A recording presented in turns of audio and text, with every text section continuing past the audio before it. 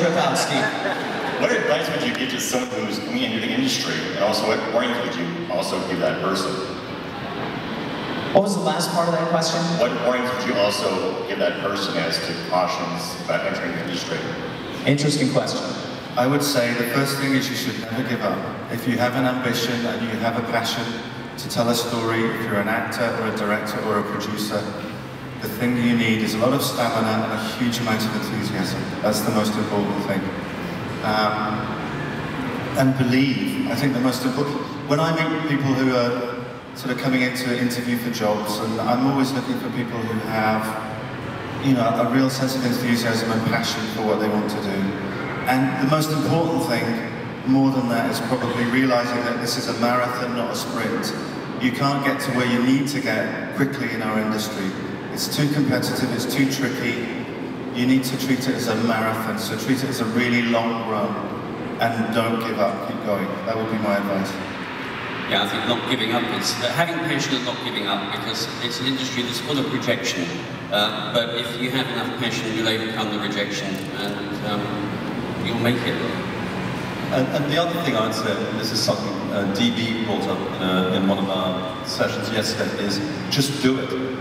Nowadays, go find a camera or a stills camera where you can put a video mode, make it, just shoot something, and you can edit at home. And I really think it's just about doing it, making mistakes. Nobody has to see it, just do it. And as these guys say, never give in. I would say if it doesn't happen quickly, just give up.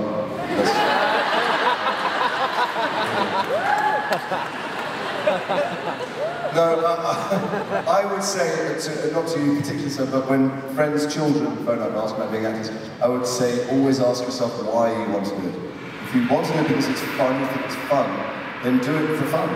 You don't have to make a living. There are easier ways actually to make a living, and probably more fulfilling, but I became an actor because I was at college and I started doing plays and I absolutely loved it. I loved exploring the human condition with other people. I did it as an amateur, and then I did it at the Edinburgh Festival, which is a big arts festival in England, and on the Fringe, which is like off-Broadway in London. And I just kept doing it. I couldn't stop doing it because I loved doing it. I ended up getting paid for it, which is kind of strange, but that's why I did it. So if you like painting, you don't have to try and sell paintings, you can just paint.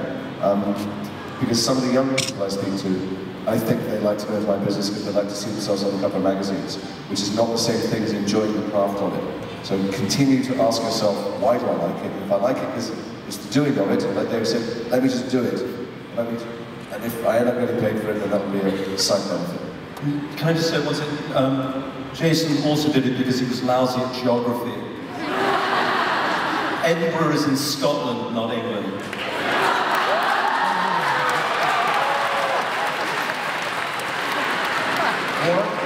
Well, it's a word that's been mentioned a few times, but it's about passion.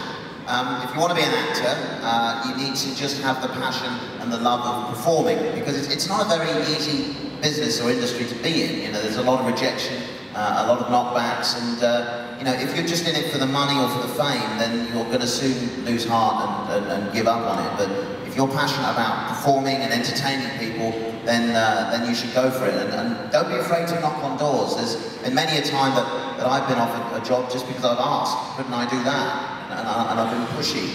So you shouldn't be afraid of that. But you know, there will be knockbacks, there will be rejection. But if you love what you're doing, go for it. And as far as filmmaking goes, as David mentioned, you know, we've all got video cameras now on our phones. You know, there's no reason, if you're enthusiastic about making films, why you can't get out and do it. I started making films when I was 11. After working at Star Wars, I had the bug. I was interested in how did they create these films, and just started trying it out for myself.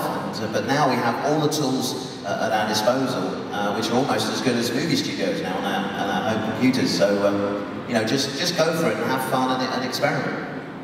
Thank you for the question.